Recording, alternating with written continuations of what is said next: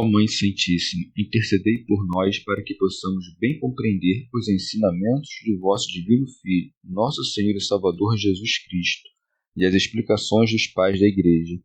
Ó Virgem Imaculada, ofereço-vos este trabalho e peço que abençoeis aqueles que o ouvirem, e que seja para a maior honra e glória de Deus. Amém. Senhor onipotente, purificai o meu coração e os meus lábios. Vós, que purificastes os lábios do profeta Isaías com o carvão em brasa, e dignai-vos, por tal modo, purificar-me com a vossa misericórdia, para que possa dignamente anunciar o vosso santo Evangelho. Por Jesus Cristo, nosso Senhor. Amém. Senhor, abençoai-me. Que o Senhor resida no meu coração e nos meus lábios, para que anuncie digna e convenientemente o seu Evangelho. Amém. Evangelho de Nosso Senhor Jesus Cristo, segundo São Mateus. Discussão sobre o jejum. Por esse tempo, vieram procurá-lo os discípulos de João com esta pergunta: por que razão nós e os fariseus jejuamos enquanto os teus discípulos não jejuam? Jesus respondeu-lhes: por acaso podem os amigos do noivo estar de luto enquanto o noivo está com eles? Dias virão quando o noivo lhes será tirado, então sim jejuarão.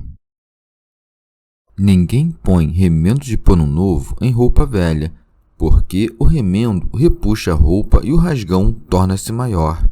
Nem se põe vinho novo em odres velhos, caso contrário, estouram os odres, o vinho se entorna e os odres ficam inutilizados. Antes, o vinho novo se põe em odres novos, assim ambos se conservam. Comentários dos Pais da Igreja. Comentário de São Tomás de Aquino em forma de glosa. Tendo Jesus respondido sobre a refeição e o convívio com os pecadores, eles atacam-no falando sobre a comida. É dito: por esse tempo vieram procurá-lo os discípulos de João com esta pergunta: por que razão nós e os fariseus jejuamos enquanto os teus discípulos não jejuam?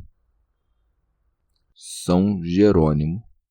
Pergunta soberba e vaidade culpável do jejum. Os discípulos de João não tinham desculpas por terem se juntado aos fariseus, a quem sabiam que seu mestre havia condenado, e que caluniavam aquele que sabiam que ele tinha anunciado. São João Crisóstomo.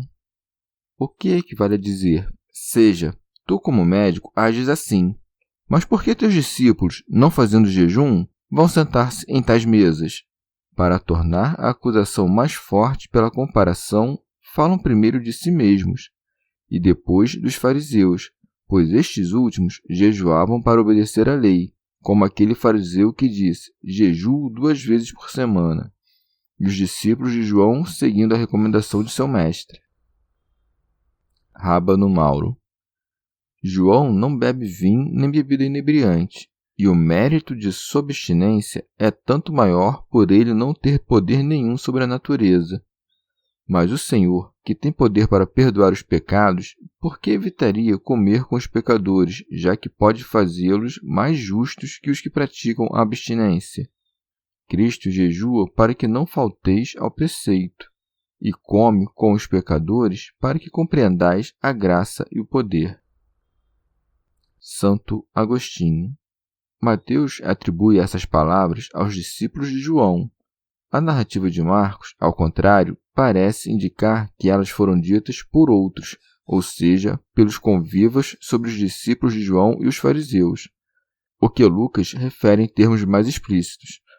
Se, portanto, Mateus diz: então foram ter com ele os discípulos de João, não seria porque os discípulos estavam presentes e todos desejavam, se pudessem, fazer a mesma objeção? São João Crisóstomo. Ou também, se Lucas disse que foram os fariseus que disseram essas palavras, e aqui é dito que foram os discípulos de João, é porque os fariseus colocaram-lhes essa questão, como fizeram mais tarde com os herodianos. Deve-se observar que, quando se trata de tomar a defesa de pessoas que não pertencem à sua família, dos publicanos, por exemplo, Nosso Senhor, para consolar sua alma turbada, contesta com veemência as acusações que lhes fazem, ao passo que responde com mansidão quando ultrajam seus discípulos. Por acaso podem os amigos do noivo estar de luto enquanto o noivo está com eles? Primeiro apresentou-se como médico e agora como esposo, recordando assim as palavras de João: o que tem a esposa é o esposo. São Jerônimo. O esposo é Cristo, a esposa é a Igreja. Desse matrimônio espiritual nascem os apóstolos, que não podem estar de luto enquanto veem o esposo em seu quarto nupcial, e sabem que ele está com a esposa. Mas, quando os dias das núpcias acabarem para dar lugar à paixão e à ressurreição, então os filhos do esposo jejuarão, como é dito. Dias virão quando o noivo lhes será tirado, então, sim, jejuarão. São João Crisóstomo. E é este o sentido que ele diz: o tempo presente é tempo de gozo e de alegria.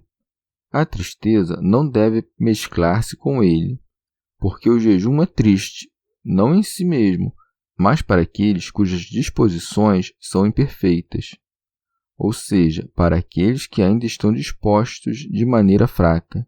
Mas é deleitável para aqueles que desejam dedicar-se à contemplação da sabedoria. E Nosso Senhor disse isso de acordo com a opinião dos primeiros. Por isso, no entanto, mostra que não se fazia algo próprio da gula, mas de uma certa administração. São Jerônimo. Alguns baseiam-se nessas palavras para concluir que se deve consagrar ao jejum os 40 dias que se seguem à paixão, embora os dias de Pentecostes e da descida do Espírito Santo, que os seguem imediatamente, induzam-nos à alegria.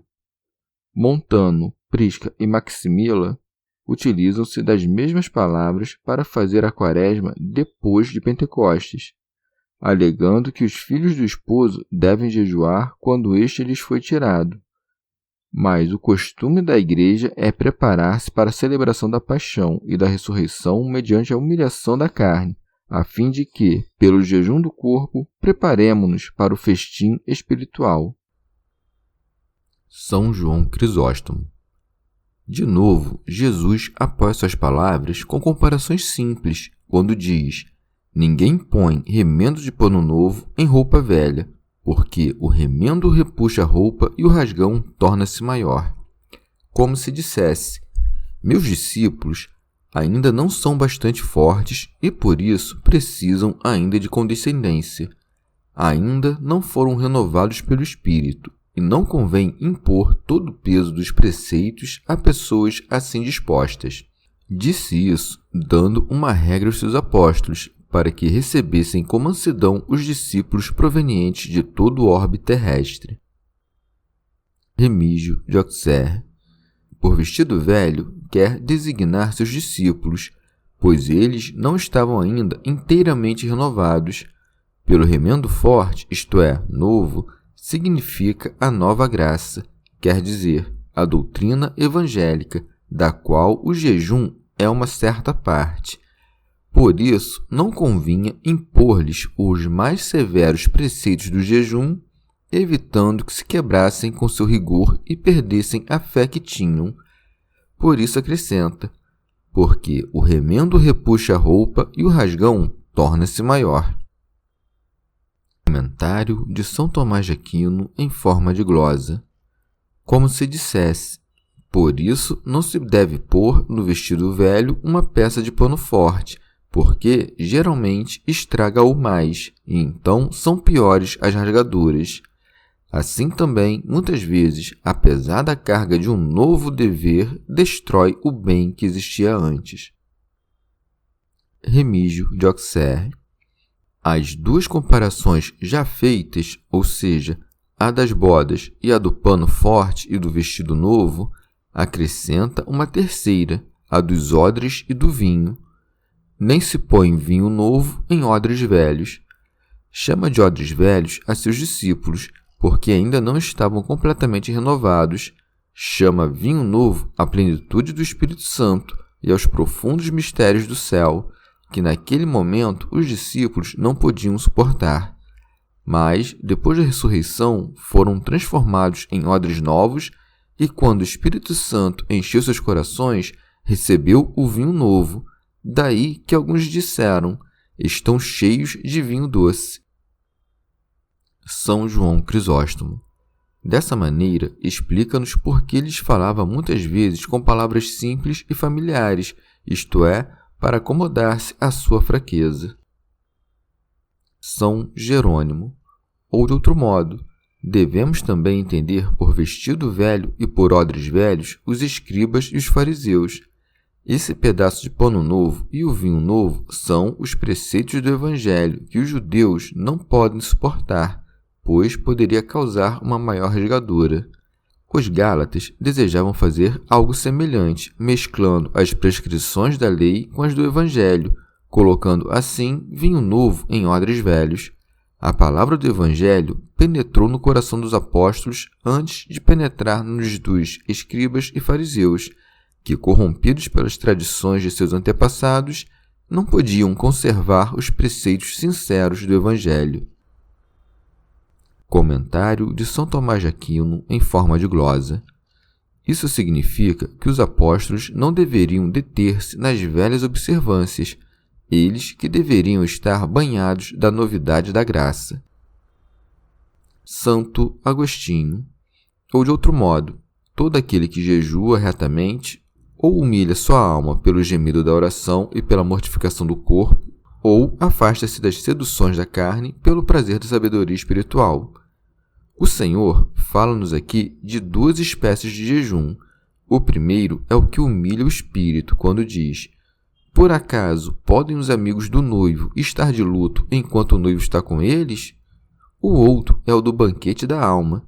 Ninguém põe remendo de pano novo em roupa velha. Logo, devemos chorar com razão por nos ter sido arrebatado o esposo, e choraremos com razão se ardermos no desejo de possuí-lo. Felizes aqueles que puderam gozar de sua presença antes de sua paixão, perguntar-lhe o que queriam, escutá-lo com o devido respeito. Nossos antepassados desejaram ver os dias de sua vinda e não os viram. Deus havia lhes dado uma outra missão. Deveriam anunciar sua vinda, mas não deviam ouvir sua palavra quando tivesse descido à terra. Foi em nós que se realizaram estas palavras do Salvador: virá o tempo em que desejareis ver um dos dias do Filho do Homem, mas não o vereis. Quem não estará então de luto? Quem não dirá: as minhas lágrimas são meu pão de dia e de noite, enquanto me dizem todos os dias: onde está o teu Deus? Com razão, pois, desejava o apóstolo ser desatado dos laços do corpo para estar com Cristo. Mateus usa a palavra luto, e Marcos e Lucas utilizam a expressão jejuar, porque o jejum de que fala aqui o Senhor é o que resulta na humildade da tribulação, enquanto as outras comparações referem-se àquela espécie de jejum que consiste na alegria da alma, que as doçuras espirituais põem como que suspensa e, por isso, separada dos alimentos terrestres. Nosso Senhor ensina-nos assim que aqueles que se ocupam muito com os seus corpos e, por isso, mantêm a velha maneira de pensar, não são capazes desta espécie de jejum. Santo Hilário de Poitiers. Em sentido místico, responde que, estando presente o esposo, não havia para os discípulos necessidade de jejuar. Ensina profundamente a alegria de sua presença e o sacramento do santo alimento, que a ninguém faltará enquanto ele estiver presente, isto é, para aqueles que tiverem Cristo diante do olhar da alma. Quando ele lhes fosse retirado, ensina que jejuarão, porque todos os que não crerem que Cristo ressuscitou não terão o alimento da vida. O sacramento do pão celeste será, pois, recebido na fé da ressurreição. São Jerônimo. Ou também, quando por causa de nossos pecados o esposo distanciar-se, é preciso recorrer ao jejum e entristecer-se. Santo Hilário de Poitiers. Todos esses exemplos nos são apresentados para ensinar-nos que as almas, assim como os corpos enfraquecidos pelos antigos pecados, não recebem os sacramentos da nova graça. Rábano Mauro. Embora todas as comparações tenham um só objeto, são, entretanto, diferentes, porque o vestido que nos cobre por fora representa as boas obras que praticamos exteriormente, e o vinho que nos fortifica interiormente significa o fervor da fé e da caridade, pelo qual somos interiormente reparados. Chegamos ao fim de mais um dia de comentários da Catena Áurea. Muito obrigado por ficarem até aqui, que Nossa Senhora derrame suas graças sobre nós e até amanhã.